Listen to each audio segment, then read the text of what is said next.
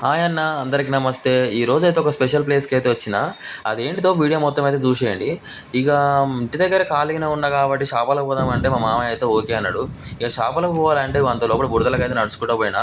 మా మామకైతే ఏం భయం అయితే లేదు. నేను భయపడుకుంటా చిన్న చిన్నగా అడుగులు వేసుకుంటూ అయితే లోపలికి పోయినా.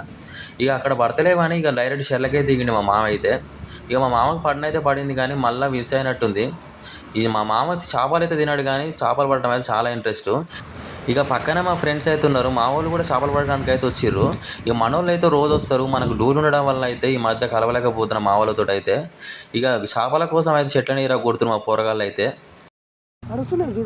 చిన్న చిన్న చిన్న చిన్న చిన్న చిన్న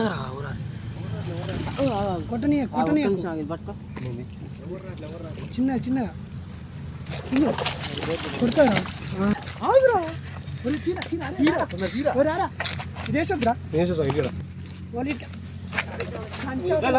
ఇక చేప మాత్రం కేజీన్నర పైన ఉంటుందని మా వాళ్ళు అంటారు. ఎంత ఉంటుందో మీరైతే ఒకసారి కామెంట్ చేయండి.